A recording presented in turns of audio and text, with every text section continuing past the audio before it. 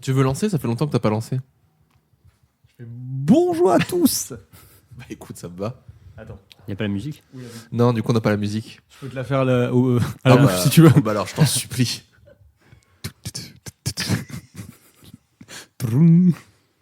Tu pourras le mettre au début de l'épisode, celui-là. C'est la meilleure intro que j'ai jamais Je entendue. te remercie. Je travaille depuis 3 jours. Laura, pourquoi t'es outrée? Ok, on y va? Bah quand tu veux.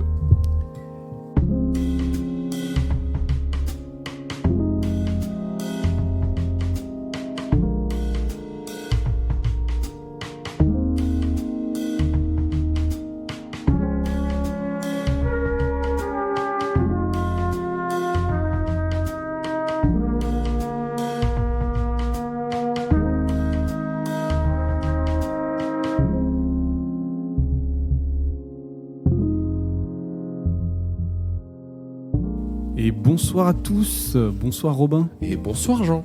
Ça va? Bah ça va et toi? Ça va super. Ça fait longtemps qu'on t'a pas eu dans un épisode. Oui, parce que j'ai plus envie. Non, je rigole. Très correct. Il rigole à moitié. Non, pas du tout. Laura, elle me regarde, elle pleure. Non, ça fait très plaisir. On reçoit aujourd'hui Jérémy. Bonjour Jérémy, bonsoir. Bonjour et bonsoir à toutes et à toutes. J'ai dit bonjour Jérémy, bonsoir, mais c'est pas bonsoir ton nom de famille, c'est Jérémy Lessas qu'on reçoit aujourd'hui dans notre épisode. Oui, c'est le premier épisode de la saison 2. Non, pas du tout. Pas du tout. C'est mon premier épisode C'est de ton la premier saison épisode 2, de la saison ce 2, que je par voulais contre. dire. Non, on a reçu quelques personnes avant. Et on te reçoit pour le sujet suivant. Contrôler la peur chez la souris avec des outils de stimulation du cortex préfrontal relevant de la clinique. C'est bien ça. Ok. Une thèse en neurosciences, du coup. Et oui. Ça nous avait manqué. J'adore la neuroscience. Surtout C'est Robin. génial. Moi, j'adore la neuroscience. Alors, la peur déjà. La peur. Donc nous, moi j'ai vu de ton sujet, j'ai vu ton passage sur ma thèse en 180 secondes à Bordeaux. Et donc tu vas nous parler un petit peu de la peur. Donc tu travailles uniquement chez la souris. C'est ça pour l'instant. Ok. Et qu'est-ce que la peur fait chez l'être humain et pourquoi il faut essayer de la contrôler dans ton sujet de thèse? Qu'est-ce que tu nous racontes un petit peu sur ce sujet? Bah, la peur, déjà, on commence par dire que c'est une émotion parce que ça touche à peu près tout le monde. Tout le monde a une idée de ce qu'est la peur. Tout le monde peut définir sa peur, ses peurs. Et au sens plus large, c'est quelque chose qui est bien sûr retrouvé chez beaucoup d'animaux, tous les mammifères quasiment. Et ça permet de, en gros, se reconnaître une situation dangereuse. Et ça permet d'avoir des réactions très rapides pour se protéger et du coup de sauver sa peau quand quelque chose va mal. Donc c'est pas quelque chose de négatif, la peur. C'est pas toujours quelque chose de négatif, comme beaucoup de phénomènes biologiques. C'est toujours très... tout n'est pas blanc ou noir, mais des fois, il y a des zones d'ombre là où les choses vont plus ou moins bien. Et c'est là qu'on peut faire le lien avec la clinique, parce que pour certaines personnes, ça cafouille un peu. Et on aimerait bien essayer de résoudre ça pour résoudre les soucis de nos patients, des fois. Et du coup, biologiquement, ça se traduit comment, la peur? Alors, c'est très varié. Des fois, ça se voit déjà quand on voit quelqu'un qui a peur. On peut voir des tremblements ou une pâleur. Des fois, les gens fuient ou évitent certaines situations. Là, c'est plutôt des stratégies. Ok. Et c'est quelque chose qui varie beaucoup selon les espèces, selon si c'est plutôt des proies ou des prédateurs. Par exemple, je travaille chez la souris. Et la souris, quand elle a peur de quelque chose, en général, elle s'enfuit. Chez beaucoup d'autres animaux, comme chez les humains, ils ont souvent d'autres réactions. Ça peut être de vouloir affronter l'objet de la peur pour y survivre. Ou juste, des fois, c'est un dépassement et les gens sont pétrifiés, ils ne peuvent plus faire quoi que ce soit. Ça arrive chez certaines personnes très anxieuses quand elles doivent prendre la parole, par exemple. Ok. Il y a une molécule qui est lâchée au moment de la peur ou quelque chose qui est relié à ça? Il y en a beaucoup. Il y a la peur et la réaction de stress, par exemple, parce que la peur, c'est plutôt un processus très, très cognitif. C'est quelque chose qui se réfléchit plus ou moins. Et dès qu'on parle de molécules, c'est vraiment tous les outils pour que notre cerveau réagisse très vite pour en gros avoir un état général. Et des fois, c'est comme ça que se déclenche un état de stress avec les hormones que beaucoup connaissent comme le cortisol.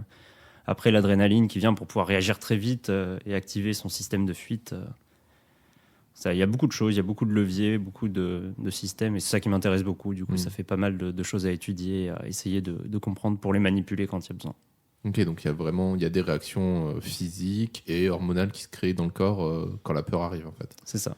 Et c'est une question de quantité qui fait que les gens vont réagir plus ou moins différemment à la peur ou Ou il y a encore un autre facteur qui est plus du coup cérébral?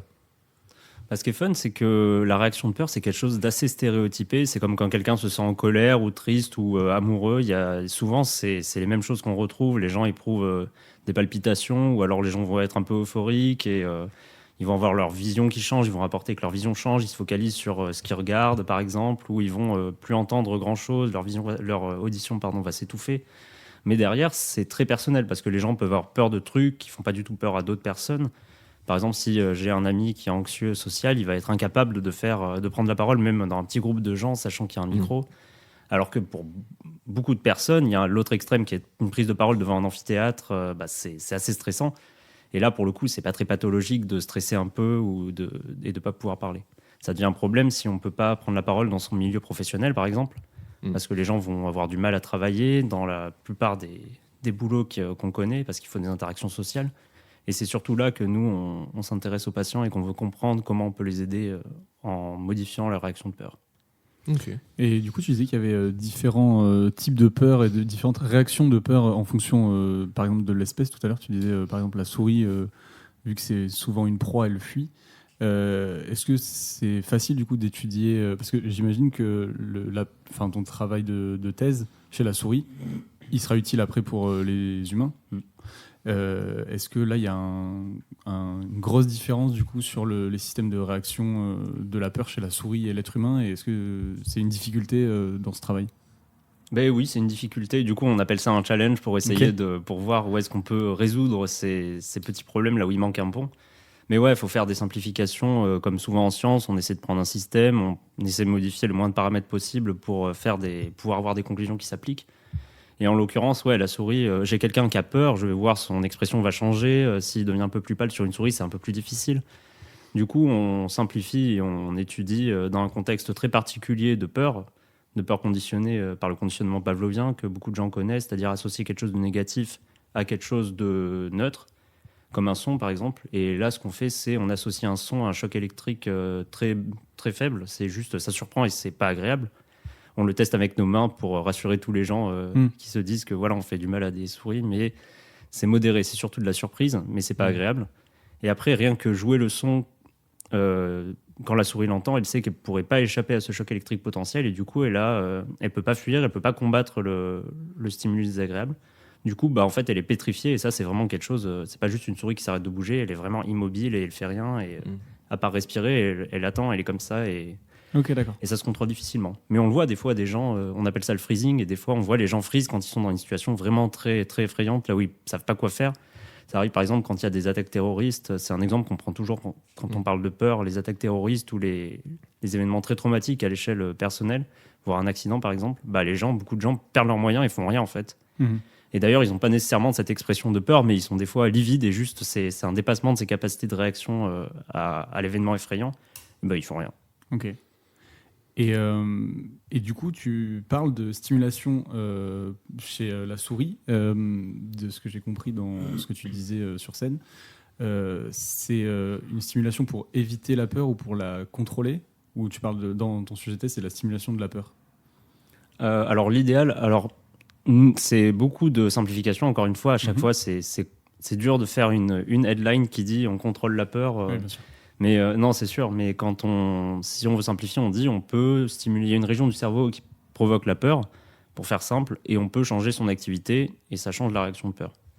Donc en gros, c'est ça. En pratique, c'est un peu plus compliqué. C'était les travaux du laboratoire avant que j'y arrive. Ça a toujours été le cheval de bataille du labo. C'était de détecter quelle partie du cortex préfrontal, donc c'est l'avant du cerveau, le truc qui est très développé chez les mammifères et beaucoup chez les humains en l'occurrence. Et il y a une région qui a une activité un peu spécifique, chez la souris au moins, quand il y a ce contexte de peur. Et là, il y a un autre projet dans mon laboratoire avec des cliniciens qui vise à chercher ces mêmes signes de l'activité spécifique à la peur chez les humains. Ah oui, donc c'est assez concret même. Du coup, il y a 2 thèses en parallèle. Toi, tu pas dégrossir le travail, mais tu travailles sur la souris, et puis après, il y a quelqu'un qui reprendra derrière, certainement. C'est quelque chose d'assez nouveau, le travail chez l'humain. C'est un collègue et ami qui est clinicien dans le laboratoire qui a cette chance du coup de pouvoir être aux 2 niveaux et de voir des patients. Donc on cherche pour l'instant si on arrive à Ouais. revoir ce truc qui est à la fois chez la souris et chez l'humain, mais ça sert à ça en fait d'étudier d'autres animaux que les humains. On voit des phénomènes et après on monte. Il y aura certainement beaucoup d'étapes entre la souris et l'humain. Ouais, On va j'imagine. passer par d'autres animaux jusqu'à se rapprocher de bébêtes plus proches de nous comme le porc ou un jour le singe. Et après on essaiera avec des patients très malades. Par exemple, on travaille sur des patients qui sont anxieux pathologiques. Donc des patients qui peuvent pas... typiquement, ce qu'on leur fait comme expérience, c'est qu'on les met dans ce contexte et ils doivent parler. Et c'est impressionnant comment ils peuvent pas, en fait. Ouais. Mais c'est bluffant. Ok. Et ça, pour le coup, ça pose des soucis dans leur vie quotidienne parce qu'ils peuvent pas... Il y a beaucoup de choses qu'ils peuvent pas faire, en fait. Ils peuvent pas conduire, par exemple. Ouais, par exemple. Mm. Il y en a beaucoup, ils sont focalisés sur ça et ils ont peur d'avoir un accident, ils ont peur d'interagir avec d'autres humains et c'est assez ennuyeux. Complètement, ouais, je vois complètement ça. C'est le cas de ma meuf qui ne peut pas conduire parce que dès qu'elle monte dans la voiture et dès qu'elle est devant le volant, elle est en mode bah, là je vais tuer des gens. Tu Ah viens oui. à peine de t'asseoir. Ça peut être compliqué. Ouais. Et du coup, t'arrives à... Donc, il y a un outil pour stimuler cette zone du cerveau chez la souris et qui permet d'éviter ça. C'est ça.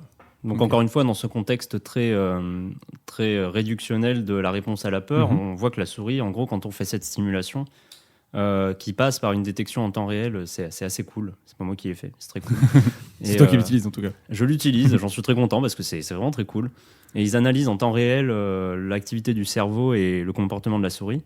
Et si les conditions de peur, enfin si on voit que la souris a peur et que son cerveau a cette activité spécifique, ils vont envoyer un signal pour stimuler cette région du cerveau avec différentes méthodes. En l'occurrence, on le fait avec de la lumière. Donc c'est Ouais, ça j'ai entendu ça, c'est fou quand même. Ah, c'est génial. C'est la lumière, enfin, elle capte la lumière. C'est la région du cerveau qui va capter la lumière ou c'est les yeux de la souris enfin... Mais en fait, c'est la région du cerveau, parce Ok. que c'est une technique qui est très récente, ça a 15 ans à peu près, que c'est un truc qui est devenu central en neurosciences. En fait, on peut rendre avec des virus donc, qui modifient le génome de cellules. C'est ce qu'ils font les virus. Ils viennent Mhm. dans les cellules, ils viennent Ouais. mettre leur matos pour dire à la cellule, bon bah fabrique des virus comme moi, et puis il le fait. Je vois une petite cellule plombier avec C'est son ça. petit matos. Et du coup, qui t'arnaque. C'est ça qui C'est ça. C'est une super métaphore. Et du coup, elle fait son bazar. Et Ouais. elle, on lui fait dire bah, vas-y, va dans les cellules et va faire fabriquer une molécule, en l'occurrence une grosse protéine, qui, quand elle est atteinte par de la lumière, va activer la cellule qui la porte. Et ça permet d'activer super spécifiquement les cellules avec de la lumière. Mais c'est carrément une lumière visible en fait. C'est ça. Ah ouais. Alors, les souris, elles sont, enfin, il y a des bips bleues, des bips rouges selon ce qu'on fait. Et ça les calme en gros Mais ça les calme. Quand on arrive à faire ça avec la détection, on fait la stimulation et on voit que la souris, en fait, elle arrête d'avoir cette réponse de freezing et elle continue à se balader, elle ignore complètement Ah le... ouais. Et c'est-à-dire que demain, si on parle de science-fiction, avec ce virus, tu pourrais, par exemple, je sais pas infecter en gros notre cortex cérébral. Et admettons la réponse à la lumière bleue, ça calme les gens stressés. Ça pourrait juste être aussi simple que ça. Mais justement, en fait, c'est assez galère parce qu'on doit faire des chirurgies sur la souris, on doit, donc c'est très petit, chez l'humain c'est un peu plus gros, mais bon, on est obligé de descendre une fibre optique, donc c'est vraiment des souris qui sont branchées sur la fibre. Et on envoie de la lumière avec un émetteur qui est à côté, relié par un fil, et ça c'est un peu gênant. Ok, d'accord. Donc c'est la lumière qui va direct sur le cortex. Ça passe pas par les yeux et après. Non, c'est ça. D'accord. Ok. Donc on fait des chirurgies où on prend des repères anatomiques, on va vraiment dans la région qu'on veut avec la fibre qui fait un Ok. cinquième de millimètre. Et après on cimente sur le crâne et puis ça reste là, c'est à l'endroit. Et puis le truc c'est qu'il faut que la lumière atteigne la région du cerveau qui nous intéresse. Et la lumière en fait on serait transparent si elle nous traversait. Ouais. Ouais. Faudrait qu'on soit transparent. Faudrait qu'on soit transparent. Mais on est transparent à certaines lumières et c'est Ouais. là qu'est le cœur de ma thèse parce qu'en Ok. fait je bosse pas sur la peur, c'est un plot twist de Ah. qualité. Waouh. Pam, pam, pam. C'est ça, je fais plutôt de l'ingénierie et de l'optique. Ah, mais tu n'es pas du tout thésard, du coup, tu es ingénieur. C'est ça, j'ai menti. Il a doublement menti. Et à la fin, je vous mentirai en vous disant en fait, je viens de médecine. Non, c'est pas une blague. Hein. Ah T'as fait médecine. Mais c'est pour ça que je suis sur quelque chose d'un peu translationnel et vu que la simulation cérébrale, bah, c'est très cool. Ouais. Bah, dans cet aparté de mes études de médecine, on est sur. Enfin, je suis sur. Attends, tu fais médecine en même temps? Non, j'ai fait avant. Ah putain, j'ai entendu dans cet aparté, je croyais que tu disais Non, juste à côté. c'est une parenthèse. Ok. Ouais, c'est vrai, je m'ennuyais un petit peu. C'est ça. Bon, on va faire une thèse, vite fait. Mais du coup, ça va un peu empiéter sur les questions d'après, mais comment, en venant du monde de la médecine, on finit par faire une thèse? Parce que déjà qu'il y a énormément d'années d'études pour faire médecine, je suppose qu'il doit y avoir un truc un peu alternatif où tu peux faire de la recherche médicale, ou est-ce que tu dois vraiment partir être médecin et après tu fais de la recherche? Bah, là-bas, c'était un peu le schéma classique des gens qui en ce moment ont 40-50 ans et sont médecins à l'hôpital. Et en général, chef de service et ont une activité de recherche parce que c'est indissociable. Si on veut faire de la recherche sur les humains, en fait, on est obligé d'aller voir des patients parce que c'est les seules personnes qui vont être suivies sur le plan biologique. Et si on prend l'exemple des patients malades psychiatriques, bah, on ne peut pas faire des tests sur les patients anxieux si on ne connaît pas des psychiatres. Oui. Et c'est là que je reprends l'exemple de mon collègue et ami Thomas Bienvenu, qui est celui qui a fondé d'ailleurs un des programmes qui permet de faire de la recherche en médecine très très tôt. Et c'est vraiment super important du coup de pouvoir former des gens très tôt à cette recherche, alors qu'avant le cas c'était plutôt ils terminaient leurs études de médecine et après ils faisaient un cursus de recherche qui était très orienté vers la médecine, ce qui n'est pas un mal, mais du coup ce que j'ai fait c'est que j'ai fait un master, perso ça m'a permis de faire un master plus tôt et plus général sur la biologie et l'ingénierie et à choisir mon sujet de thèse un peu plus librement. Et après tu comptes continuer tes études de médecine ou... Eh oui. Ok, donc tu fais une thèse et après tu repars en médecine. Je repars en 4e année de médecine. Quel enfer. Non mais le but c'est de gratter Alors, si, les remises de intéressant. cinéma Ah ouais, pendant à peu près 20 ans. Ah là, c'est ce que je disais avant d'arrêter ma thèse. Mais en fait, moi, pourquoi je dis quel enfer? Parce que je me dis, mais déjà, médecine, c'est hyper long, hyper dur. Oui, mais toi, et tu vois. Et en plein milieu, tu te dis, une thèse. Oui, mais Let's go. Toi, tu vois que le côté année d'études, mais si tu fais la même chose dans quelque chose qui te plaît, si on te dit, bah mec, passe Oui, non, 10 c'est ans sûr. à faire ce que t'aimes, tu fais, bah oui, go. Oui, non, c'est sûr, mais Oui, c'est quand même pas pareil, tu vois. Genre, la recherche plus les études, enfin, c'est pas. Enfin, on voit tellement de gens de la recherche qui sont en mode, ouais, j'adore ce que j'ai fait, mais bon, c'est quand même énervé et ça n'a rien à voir avec ce que je faisais avant. En fait, le truc qui me fait un peu bizarre, je me dis, mais si tu fais de la recherche en plein milieu de tes années d'études, tu dois peut-être un peu galérer après à te réintéresser à des sujets moins. Comment dire mais moins dans la recherche, quoi. T'es moins actif, en fait, dans tes études, peut-être. On m'en parlait pas. Non, je sais que c'est important, mais c'est clair qu'après revenir en plus en 4e, 5e, 6e année, donc l'externat, c'est vraiment du bachotage. Ouais. Mais après, je vois les choses du bon côté. J'avais le choix soit de commencer ma thèse directe, soit après mon master, donc c'était qu'un an de césure, de revenir en médecine. Mhm. J'ai beaucoup de mes amis qui sont dans ce cercle de faire ce genre de choses, de la recherche en médecine tôt, qui sont venus en externat. Mais moi, d'avoir fait une thèse, certes, ça me met de la distance par rapport aux études de médecine, ça rallonge les études, mais au final, en fait, je me rends pas compte que c'est un boulot parce que... Non, je bosse, hein, mais... Oui, non, bien sûr. Mais tu kiffes ça. Il n'y a pas de jugement. C'est ça. Franchement, c'est pas un boulot. Entre ça et ce qui vient après, l'internat de médecine, là où on est en service et on est dans sa spécialité, en fait, c'est un taf concrètement. Mais c'est on trop remplit bien. ses missions. Ouais, c'est génial. Tu Et on vois, apprend pour quand même plein énormément de métiers, choses. ouais. Et avant de commencer ta thèse, tu t'étais déjà un peu spécialisé en médecine ou pas du tout? Pas du tout. Pas en médecine, mais du coup, j'ai choisi mon master en fonction de ce que j'aimais. Donc, Ouais. c'était ingénierie et neurosciences. Tu savais que tu voulais faire une thèse dès que tu as commencé médecine ou pas du tout? Pas du tout. Non. Il y en a beaucoup, c'est ça. Ils sont rentrés dans le programme qui est quand même un truc ultra restreint. On est sur une promo de 300 et quelques. On était 6 à le faire dans ma promo. Allez, Et on est avec un génie. je sais pas. Vous n'avez pas eu le meilleur de la promo de 6 en plus. Hein. Ouais, qu'est-ce que ça veut dire le meilleur? Celui qui aime bien faire des interviews. Voilà.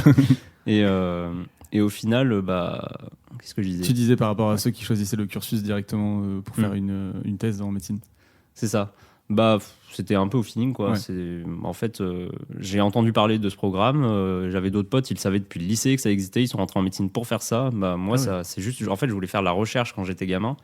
Mais vu que je viens d'une famille là où personne n'a fait d'études et encore moins de sciences, du coup, ils se disaient, la recherche, on gagne de l'argent que si on a un prix Nobel.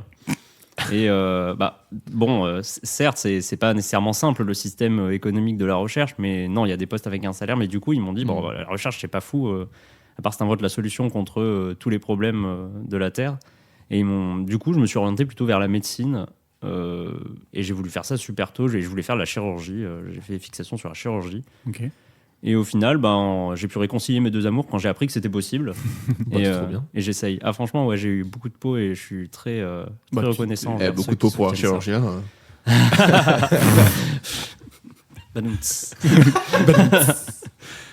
Non, mais tu as beaucoup de chance. Non, tu t'es aussi donné. C'est ce qu'on dit. Il y a une grosse partie de chance à chaque fois dans chaque truc qu'on fait, mais il y a quand même aussi se donner l'opportunité d'avoir cette chance. Enfin, pour l'instant, j'ai pas de recul, j'ai l'impression de m'être laissé couler, mais bon, c'est Tu verras plus tard. c'est ça.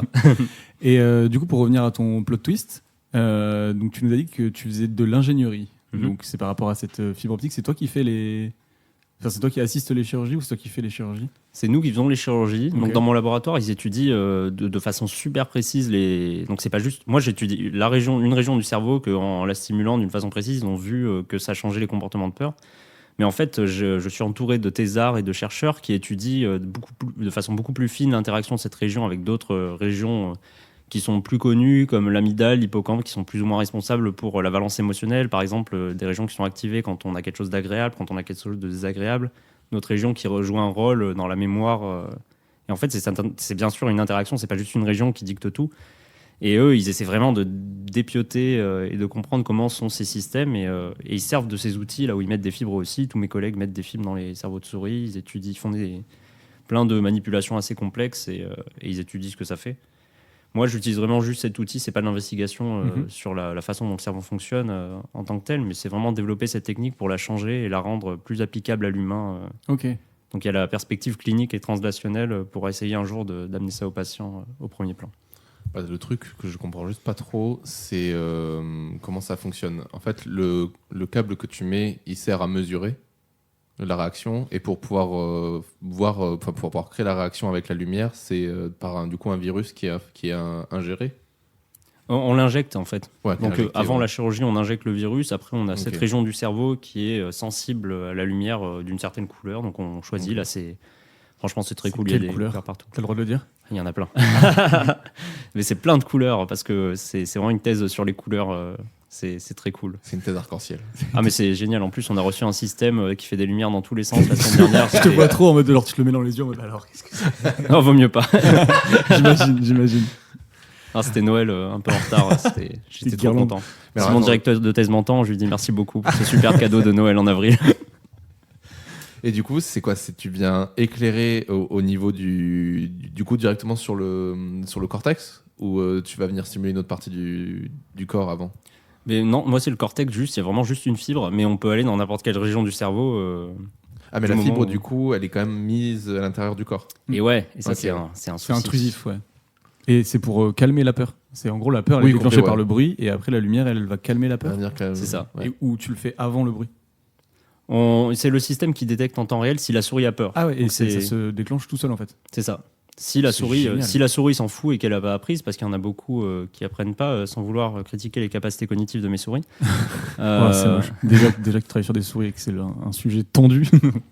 Ouais, mais c'est non, nécessaire dans ce domaine-là. non, mais bien sûr, on n'est pas du tout. Ouais. T'inquiète. Puis Non, c'est mais- ouais, c'est compliqué de toute façon. Enfin, et puis on est qui pour parler là-dessus, donc. Oui, c'est ça. Et du coup, alors attends, moi ça me fait penser, j'arrive pas à le sortir depuis tout à l'heure. C'est quoi le courant de pensée qui existe où on intègre des machines électroniques au corps humain? Et ça s'appelle les. Le transhumanisme. Non, les interfaces aux machines. Ouais. M'appelez pas transhumaniste de suite, hein, c'est que le début. Ok, l'interface homme-machine. Mais ouais, d'accord. Du coup, en fait, ouais, enfin, moi, je vois vraiment le truc dans un futur lointain ou proche, on sait pas, où on peut carrément. Je travaille dur pour ça. Mais c'est déjà pas déjà un peu le cas. On a déjà des outils qui nous permettent ce transhumanisme entre guillemets. J'ai plus le terme exact. Je sais que j'avais dans ma famille, il y en a qui se sont fait rectifier des strabismes avec des petits appareils qui se mettaient là et qui faisaient retravailler leur œil pour le recalibrer.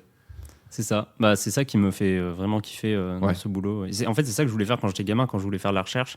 Tu veux faire des robots? C'est ça. J'avais pas 10 ans que j'étais déjà très transhumaniste. Et je me suis assagi et j'ai compris que si je voulais un travail, il fallait pas que je mette ça sur mon CV. Non, c'est pas vrai. Il fallait pas que je domine la Terre, donc. Non, malheureusement, ça prend des années de faire ça, des ouais, décennies. Donc ça se développe C'est au en début, en attendant, fait. C'est ça. du transhumanisme. C'est ça.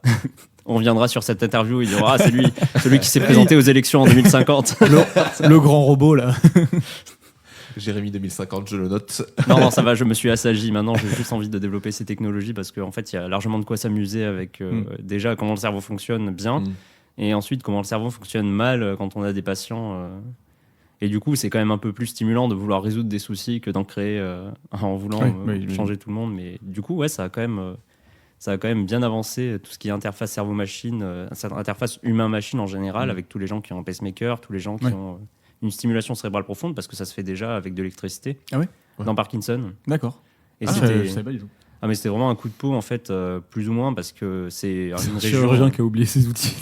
Ouais, j'ai pas l'histoire exacte. Je sais pas, c'est comme la pénicilline avec Fleming qui avait oublié son petit-déj. À côté de ses boîtes de pétri. C'est ça. Non, là, ils avaient Attends, je te coupe cette blague de labo, quoi.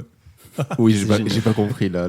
Oui, vas-y, je te laisse raconter l'histoire si tu veux. Ah, bah, en gros, c'était un microbiologiste. Ah oui, pour la pénicilline, oui. Ouais, celui qui a Fleming, inventé les antibiotiques. Merci. C'est ça. Et en gros, il avait laissé pousser des cultures de bactéries, et il s'est barré en vacances, et puis en revenant, il a vu qu'il y a un endroit où les bactéries poussaient pas et qu'il y avait une colonie de champignons qui synthétisait la pénicilline. Et du coup, il s'est dit, ça a l'air d'enlever les bactéries, on va en donner aux gens, et ça a changé beaucoup de choses. Ouais, c'est ça, oui. Ça fait partie des boulettes qui fait que, enfin, des inventions qui viennent à partir de petites boulettes, quoi. Ça, ils appellent ça la sérendipité.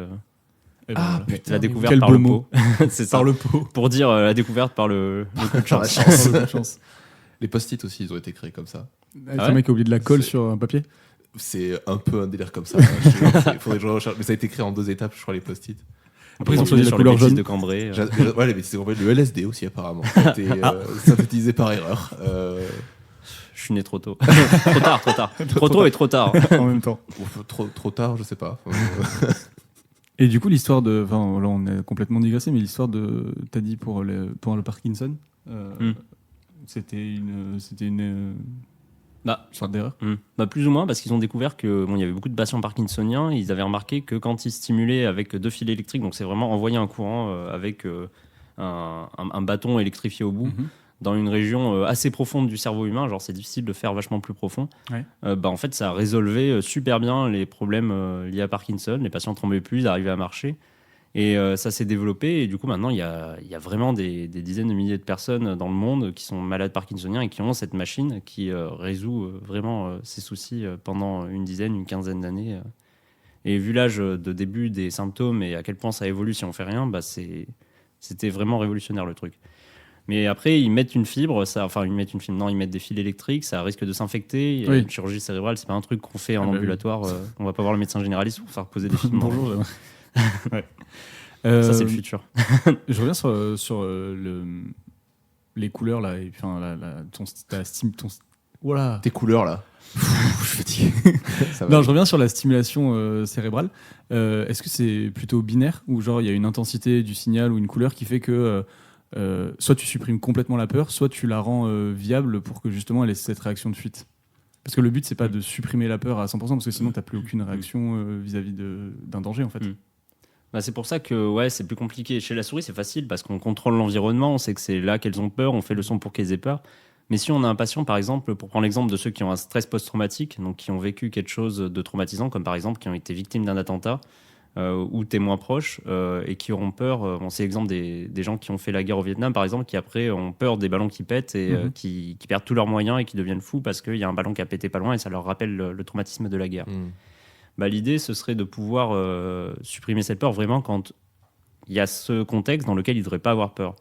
Donc c'est quelque chose donc faudrait à la fois détecter que le cerveau cafouille, enfin qu'il a peur, et à la fois détecter que c'est pas un contexte dans lequel il devrait avoir peur pour déclencher la stimulation, parce que oui, c'est sûr qu'il y a eu des patients qui n'avaient pas peur à cause de problèmes qui n'avaient rien à voir. C'est toujours des patients illustres qui ont eu une région du cerveau détruite à cause d'un souci ultra précis, et qui après en fait avaient peur de rien. Et du coup, ils se mettaient dans des galères pas possibles parce que il y avait une patiente comme ça qui était très connue. Je crois que c'était il y a une trentaine d'années ou une quarantaine d'années. Et en fait, elle avait peur de rien et du coup, elle faisait vraiment n'importe quoi. Mais ça nous a permis de beaucoup avancer pour comprendre comment ça marchait. Ok. Donc le but, ça serait aussi d'essayer de voir que cet outil détecte quand il y a des situations où on ne devrait pas forcément avoir peur. C'est ça. Ok. Ça fait très Eternal Sunshine quand même comme système de manière d'effacer la peur. Tu sais, t'as pas vu le film? Non. C'est quoi? Eternal Sunshine of the Spotless Mind. J'aime bien parce que, attends, je te coupe, parce que Laura, depuis tout à l'heure, dès qu'il y a des sujets genre sur la neuroscience ou des trucs comme ça, ou sur les maladies dont tu parles, elle me regarde, elle fait c'est pas très visuel, mais elle me valide. Et là, t'as parlé de Eternal Sunshine, elle a fait de quoi il parle? En fait, dans Eternal Sunshine, ils utilisent une sorte de casque, un peu comme il utilisé en neurosciences, là, les casques sur lesquels il y a plein de câbles et tout. Et l'idée, c'est d'effacer des souvenirs ou des mémoires ou certains voilà, certaines choses qu'ils ont mémorisées pour tout effacer. Mais il y a une personne. Mais non, l'idée c'est que tout le monde utilise l'IA à une personne, mais je suppose que ça peut être utilisé. Dans le film, en gros, c'est une histoire d'amour et c'est un mec qui veut oublier. Ça commence par un mec qui veut oublier son ex-femme. C'est pour ça que je fais cette thèse. Oublié. Je cherche à oublier une ex depuis 20 ans. Non, mais voilà, mais du coup, c'est vrai que ça fait un côté un peu comme ça de venir mettre cette sonde, effectivement, et ça envoie des lumières dans tous les sens. Mais est-ce que toi, le but, effectivement, c'est ça, c'est de venir détruire des choses liées à la peur, ou vraiment plutôt de contrôler la peur? Notamment, je pense, par exemple, pour des phobies, des choses comme ça, est-ce que ça aurait un intérêt? C'est ça, ouais, ce serait vraiment utile. Ça révèle un autre aspect du truc en parlant de oublier spécifiquement sa femme ou oublier spécifiquement qu'on a peur, par exemple, d'un truc qui n'est pas censé faire peur, comme de l'eau ou des poissons. Ouais. Ce serait de C'est découvrir. hyper effrayant, les poissons. Alors, Ils ont faut pas pas de se bras. moquer parce que je connais quelqu'un qui a Non. une phobie des poissons et franchement, Non, je c'est. me moque pas. Théoriquement, les requins sont des poissons, donc. On peut Non, avoir mais des peur. poissons, j'ai des guppies, elle avait eu peur de mes guppies. Donc, Des guppies. c'est des tout petits poissons qui. Vraiment, c'est. Ah oui, je vois. C'est vraiment très petit, c'est pas très menaçant. Elle a même peur du poisson tel que présenté, genre un plat à base de poisson, ça lui fait peur. Ça, je peux comprendre. Quand il Ça reste la dépend. tête du poisson, moi, je suis jamais très serein. Non, si c'est les filets du rue aussi. C'est pareil. Mais du coup, il y a mon labo, en l'occurrence, il y en a qui bossent sur le fait de démontrer qu'il y avait vraiment certains neurones qui sont là pour dire je suis là pour cette peur spécifique. Et c'est impressionnant comment ça marche. Du coup, dans tous ces millions de neurones, il y en a quelques-uns qui se disent moi, je suis celui de la peur des poissons. Et tu pourrais enfin, pas toi, mais ça pourrait être genre supprimé ou contrôlé grâce à la lumière. Le but, c'est que je fasse ça justement pour aller chercher des peurs encore plus spécifiques. Bon, ça, c'est encore plus loin que mon sujet de thèse, que l'étendue de mon sujet de thèse, mais on a vraiment un plan et les outils. C'est ça qui m'intéresse dans le fait de faire de l'ingénierie, c'est de développer des outils qui permettent de faire ces trucs et vraiment, on se rapproche très très doucement de pouvoir faire ce genre de choses et de comprendre surtout où sont calées ces mémoires, comment elles interagissent avec nos réactions et notre réflexion. Et ça, c'est vraiment super cool. Et là, vis-à-vis du travail dont tu nous parles depuis tout à l'heure, t'en es où après? Déjà, t'as combien? T'as dit 1 an et demi, non? C'est ça? C'est ça, je suis à la moitié, Ok. à peine plus. Et en termes de travail, de trucs acquis et de trucs qui restent à acquérir, tu t'en es où à peu près? Si t'arrives à le définir. Hein. Sur le plan de mes compétences ou de l'avancement du projet Les deux. Sur le plan des compétences, l'avantage, c'est que je me suis surtout nourri de tous les trucs qui savent faire au labo, qui sont super pointus, genre faire les chirurgies, faire l'analyse de ce que fait le cerveau. Je suis en train de faire ça, c'est la galère, j'ai du mal. Faut réfléchir beaucoup. Ouais. C'est pour ça que ça me prend du temps. Et en fait, ça, c'est une partie des compétences que j'acquiers. Et derrière, il y a du développement qui se fait avec une équipe de chimistes. Justement, c'est quelque chose qui rentre en ligne de compte dans le développement de cette technique de stimulation avec de la lumière pour essayer de le rendre moins invasif. Et là, pour le coup, c'est beaucoup de développement. Donc, c'est vraiment genre on essaie de faire marcher le truc, on le raffine quand ça marche pas. Et on verra si ça marche, si ça avance. L'avantage, c'est que c'est plein de surprises. Si un jour, peut-être on ira au labo, on verra le truc qui marche trop bien et on sera très content. Ouais. Et on pourra refaire les expériences pour montrer que ça nous permet bien de remplir notre mission. Et puis, on pourra s'attaquer à un autre problème, essayer de le résoudre. Et au bout de ça, il y a l'essayer de pouvoir le faire chez les humains malades et de résoudre leurs problèmes avec cette stratégie. Bien sûr. C'est quoi, tu penses qu'on a fait le tour de ta thèse à peu près là? Sans rentrer dans les détails chimiques et optiques, oui, mais je sais pas si ça intéresse grand monde. Il y a des couleurs, j'insiste, c'est vraiment très coloré, c'est trop cool. Ouais. Il y en a une qui marche en particulier ou pas? De couleurs? Ouais. Toutes, mais... Ah ouais, il n'y a pas de... En fait, on essaie de le faire avec de la lumière infrarouge parce qu'elle peut traverser les tissus. Et du coup, il n'y aurait pas besoin de mettre de fibres. Et là, à la base, vous avez fait avec de la lumière blanche classique ou... C'est de la lumière bleue ou rouge ou verte. Ok. Et l'avantage, c'est qu'on peut utiliser les toutes en même temps et stimuler des neurones différents. C'est assez stylé. Mais voilà, le problème, c'est que du coup, il faut mettre une fibre dans tous les cas parce que c'est de la lumière qui traverse même pas un millimètre de tissu. Donc c'est... J'imagine une lumière stroboscopique du coup dans toutes les couleurs dans le cerveau. T'as peur. Gasparno et le film. C'est... Ok, et écoute, nous allons passer à cette deuxième partie rapidement pour revenir à ce qu'on disait sur, par exemple, qu'est-ce que tu fais pour sortir de ta thèse? Si tu en sors. Si tu en sors. Enfin, qu'est-ce que tu fais à côté de ta thèse ou dans la vie? Je fais beaucoup de trucs. Là, c'est un truc qui intéresse. Enfin, moi, c'est un truc qui m'intéresse moi, donc je pense que si ça m'intéresse moi, ça peut intéresser d'autres gens. Soit les thésards qui nous écoutent, soit des gens qui veulent faire des thèses, ils aiment bien savoir ce qu'il y a à côté, quoi. Alors, parce qu'il y en a, ils disent On a reçu des gens qui disent moi je fais que ça et c'est trop bien parce que du coup je me renseigne, je fais des trucs à côté mais qui ont un rapport à ça. Il y en a ils font de la vulgarisation et il y en a ils font mais complètement autre chose, tu vois. Du coup ça je trouve ça assez intéressant. Donc même si tu fais plein de trucs, tu peux nous dire ce que tu fais, t'inquiète. Bah pour ce qui est proche de la thèse, j'aime bien faire la vulgarisation et communiquer sur ce que je fais pour inspirer des gens parce qu'à la base, quand j'ai voulu faire la recherche, on m'a pas nécessairement encouragé parce que j'étais pas auprès des bonnes personnes. Et j'estime que c'est quand même une grande chance que j'ai été happé par le monde de la recherche par le biais du programme que j'ai suivi.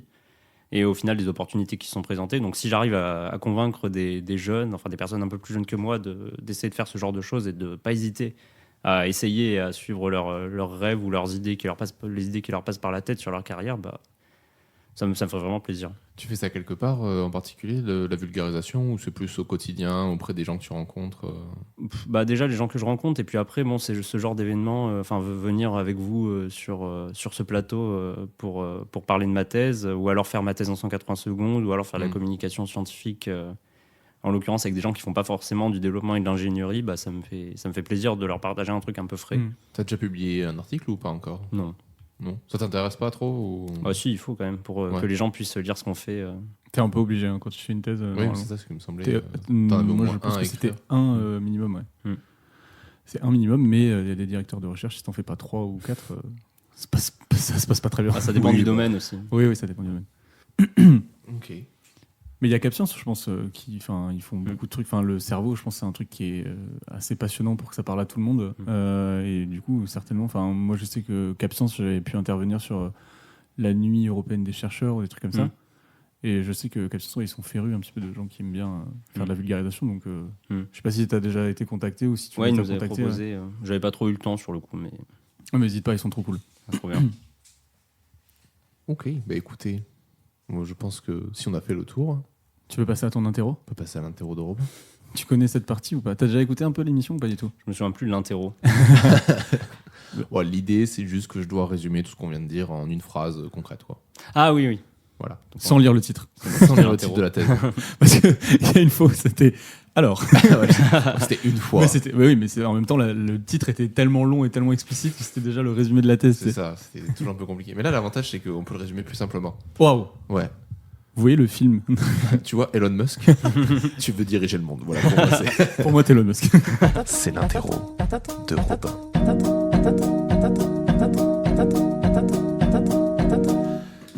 Du coup, pour moi, pour résumer tout ce que tu travailles et ta recherche, le but, en gros, est d'apprendre à maîtriser la peur via un système lumineux qui est actuellement travaillé chez les souris et à terme serait pour développer pour les hommes.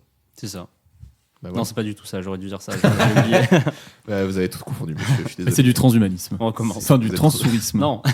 Du transsourisme. Alors, comment tu dis pour pas dire transhumanisme ? L'interface homme-machine. C'est parce que c'est pas le même but. Le transhumanisme, c'est vraiment dans un but d'augmenter. Là, on cherche à résoudre des soucis. C'est des gens qui ont des problèmes. Quoi. Mais c'est vrai, c'est vrai, on l'a pas dit en fait quand on parlait de transhumanisme. Le transhumanisme, c'est genre booster les hommes. Enfin, les humains. Voilà. Booster les humains. Tu peux dire aussi les hommes. Ça dépend. Les hommes avec un grand H. Voilà. Et parce qu'il y a des choses à rattraper, peut-être. Peut-être. Et ouais, d'accord. Et donc toi, c'est vraiment dans le but de soigner, quoi. C'est ça. Ouais, mais en même temps, est-ce que ça augmente pas du coup certaines personnes ? C'est pas mon boulot. Il y en a, ils bossent sur ça. Ouais. Il y en a qui sont vraiment à fond sur ça à Bordeaux, qui sont super intéressants. Il y avait le procès de l'intelligence artificielle, c'est une aparté. Ah oui, ça me parle ça. J'ai parlé ça, oui. C'était fantastique. C'était Marocco. Pas du tout, mais ça sera Marocco. Je sais même pas ce que c'est. Non, de quoi ? La conférence. Le procès. Non, je l'ai pas. J'en ai entendu parler, mais je l'ai pas vu. Ah, ça vaut le coup. Ouais.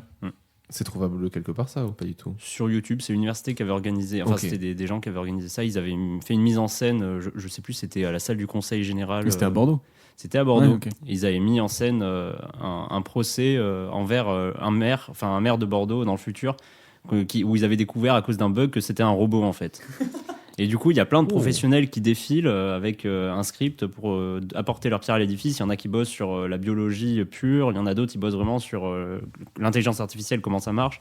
Il y en a d'autres, ils sont là pour expliquer d'un point de vue éthique qu'est-ce qu'on peut en penser, d'autres de la sociologie. Et du coup, en fait, ça donne toutes les clés d'une façon super simple pour comprendre tous les aspects très compliqués de la question de l'intelligence artificielle dans la société.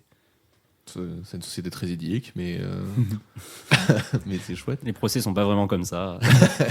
Il y a rarement un sociologue qui débarque qui fait oui, bon, il a tué des gens, mais bon, en même temps, Objection. il est borderline. Borderline. Il était énervé. Il était énervé, voilà. Qui n'a jamais été énervé ici? Ok. Bah écoutez, vous voulez qu'on passe aux recommandations? Allez, j'en ai pas. Bah, on commence alors. non, vas-y, je te laisse commencer. Si tu veux. J'en ai pas non plus entendu, Attends. je suis en train de réfléchir. Toi, je t'avais envoyé un message, t'as pu trouver une recommandation À à faire. recommander un Ouais, un truc que t'as vu récemment, écouté. Despacito. Non. Non. C'est en 2012. Non, 2016. allez. Je tranche le boire en deux, mais. Voilà. Laura, un avis sur Despacito peut-être? Non, t'avais un truc à nous recommander ou... Oui, j'ai réfléchi, je vais rester sur la musique et j'aime beaucoup Frank Zappa, c'est très disruptif. Et mon directeur de thèse dit souvent que je suis très disruptif, donc pourquoi pas Frank Zappa. Tu m'expliques le mot disruptif? Je l'ai même pas compris moi-même, donc Attends, disruptif, c'est le mot qu'ils utilisaient tout le temps, là, les macronistes, en 2017 pour leur campagne. En gros, c'est des idées qui seraient un peu hors de la pensée commune. Et l'idée, ce serait, voilà, quand t'as des idées disruptives, c'est que t'es un peu. T'es un foufou, quoi. Non, c'est pas que t'es un foufou, c'est que c'est un mélange entre idée novateur et en même temps idée que personne ne défend. Quelque chose. Il y a un truc un peu comme ça, je sais plus. Ok. il y a un peu une idée de révolte quand même. T'avais complètement raison. Ouais, c'est ça. Je te dis la vraie définition. C'est Marocco. Vas-y, dis-moi la vraie définition. Se dit d'une entreprise, d'un produit, d'un concept, etc., qui crée une véritable rupture au sein d'un secteur d'activité en renouvelant radicalement son fonctionnement. C'est exactement ça. Pour moi, c'est ce que tu disais. Mais c'est parce que en fait, j'avais interviewé Monsieur Disruptif. Non, Guillaume Disruptif. Guillaume Meurice, qui avait un groupe de musique pour son deuxième spectacle qui s'appelait Les Disruptives. Et Oh. en fait, c'était un groupe de rock macroniste. C'était génial. savais Bah, pas que ça écoutez, existait, en ça. vrai, je vais recommander ça et je me garde les recommandations. C'est le groupe The Disruptive. Vous pouvez peut-être trouver 2-3 trucs encore sur YouTube. Et ils avaient fait des chansons à la gloire de Guillaume Meurice. Je vous mettrai l'interview que j'ai faite de lui en description. Et c'est genre, vraiment, avec tous ces musiciens, ils en parlaient. C'était extrêmement drôle. C'était très inspiré des trucs, donc Spinal Tape ou des trucs comme ça. Et vraiment, apparemment, le show, c'était moitié stand-up, moitié concert de musique, et en même temps c'était un truc un peu particulier. C'est extrêmement drôle, ils me font beaucoup trop rire. Et bon, c'est très la troupe à France Inter, hein, mais c'est génial, quoi. Donc voilà, Les Disruptives, ma recommandation. Ok, bah top. Et ben moi, j'en ai pas. J'aurais bien aimé trouver un truc lié avec la peur, mais Moi j'ai hésité aussi, mais je cherchais. une série ou un film. Oh bah Black Mirror. Ouais, mais justement, je voulais pas dire Black Mirror. Non, mais écoute, ça sera pour une prochaine. Je réfléchirai mieux la prochaine fois. Je cherchais moi aussi un truc. Pourtant, il y en a avec plein, la peur. Ouais, c'est Enfin. clair. Ah oui, mais d'intéressant. Eh ben Get Out. Oui, Get Out, c'est super. Même tous les films qu'il a sortis après. J'ai pas regardé tout de Jordan Alors, Peele, moi, mais Us, j'avais pas aimé. Laura, elle est outrée. Moi, Us, j'avais pas aimé. C'est son dernier que j'avais bien aimé. Mais comment là, il est sur un film qui s'appelle Nope, je crois. Nope. Il fait, en fait, ça va être une C'est phrase juste à la un fin. nuage. Non, mais c'est juste un nuage, c'est drôle. Là. C'était de la bande. En fait, ils ont sorti Jordan Peele. Ils ont sorti l'affiche et c'est vraiment juste un nuage, genre en mode orage, et juste une plaine, et il y a écrit Nope. C'est devenu un peu un mème dans une semaine sur Twitter. Tout le monde était en mode ok, bon, Nope, alors. C'est un truc comme ça. Ah oui. Mais non, mais Get Out, si vous l'avez pas vu, il faut le regarder. Voilà. Ou. Oui, c'est ça, non. C'était ça, Get Out. C'est plus psychologique que vraiment de la terreur qu'on Oui, pourrait c'est avoir. pas de la peur. Oui. Bah, ça reste de la peur parce que c'est très angoissant et c'est extrêmement beau aussi. Comme pour un film d'horreur, je trouve ça vraiment très beau. Il fait un peu un paradoxe. Film d'horreur Ouais. Oh, c'est du psychologique. Ouais, mais- psychologique, ouais. Ouais, ouais, ça reste un film un Ça peu reste horrifique quand même. Hein. Parce que la fin part un peu en couille. C'est de l'horreur psychologique. Mais c'est clairement de l'horreur psychologique. Moi, j'aime beaucoup ce genre de film. Le prochain que je dois me faire, c'est It Follows. Je sais pas si vous avez vu. Qui apparemment est incroyable. Où en gros, le monstre, entre guillemets, se transmet par le sexe. Oh, Et en fait, le truc, c'est que le monstre marche tout le temps derrière toi et que tu le vois. Et donc, du coup, tu passes ton temps à voir le méchant. Et ça a l'air trop bien. extrêmement bien. Et beaucoup de gens m'en disent du bien. Donc, faut que je regarde ça. Et puis, bon, petite métaphore sur le sida, peut-être. Ah bon. Voilà. Mais en fait, du coup, c'est ça. C'est qu'ils sont obligés de coucher avec quelqu'un pour refiler le monstre. Ok. Donc, voilà. Écoutez, ça nous paraît pas mal comme petit épisode. Là, on a dit plein de choses. Merci beaucoup, Jérémy, d'être venu. Bah, merci à vous surtout, c'était super sympa et c'est vraiment utile de faire ce genre de choses. Merci de nous avoir éclairé de tes lumières. Oh là là, oui. Il y a un jingle de fin et de blague. Il y aura bientôt un jingle de blague. Bon, bah du coup, si jamais vous avez aimé cet épisode, qu'est-ce que vous pouvez faire, à votre avis? En écouter d'autres plein. En écouter d'autres plein, puisqu'on a plein d'épisodes déjà de sortie. On est dispo sur toutes les plateformes, Spotify, Deezer, Amazon, voilà. Qu'est-ce qu'on a? On a Apple Podcast et toutes les autres plateformes. On est quasiment chez tout le monde. Pas sur YouTube. Plus sur pas YouTube. fait pour. Non, c'est pas du tout adapté. C'est pas génial parce que ça nous divise. Ni pratique. Voilà. Ça divise un peu nos sorties. Donc, c'est pas ouf. Voilà, on a d'autres épisodes, d'autres podcasts chez Audio Mori qui existent et qui vont certainement revenir bientôt aussi, parce que bon, ça fait un petit moment qu'on n'a rien sorti, sur Toujours dans les bons coups et Divine Féminine. Et voilà, et vous pouvez mettre 5 étoiles, en parler autour de vous, mettre des commentaires où vous pouvez mettre des commentaires, et surtout, voilà, vous abonner. Et venir sur l'Instagram. Et venir sur l'Instagram et le Discord qui sont en lien sur la page Instagram. Voilà. Tu peux parler plus fort, hein. Ah oui, oui, évidemment. Si vous voulez bien venir participer au podcast, vous êtes tous invités. Tout le monde. Tout le monde. Tout Ceux le qui monde font est des invité. thèses. Enfin voilà, faut faire une thèse par contre, ce qui réduit drastiquement. Ça réduit. Ça réduit. réduit. Mais venez discuter avec Voilà, nous. si vous avez envie de venir en parler, cette plateforme est faite pour vous. En plus, Jérémy a dit que c'était cool, donc c'est bon, c'est validé. C'est chouette. On dit que c'est chouette. On dit que c'est chouette. Taisez-vous, c'est chouette. Taisez-vous chez Chouette. C'est le nom de la saison 2. Taisez-vous chez Chouette. Oh, comment tu dis? Taisez-vous chez Chouette. Taisez-vous chez chouette. Bon allez, on vous laisse là. À bientôt. À bientôt. Salut.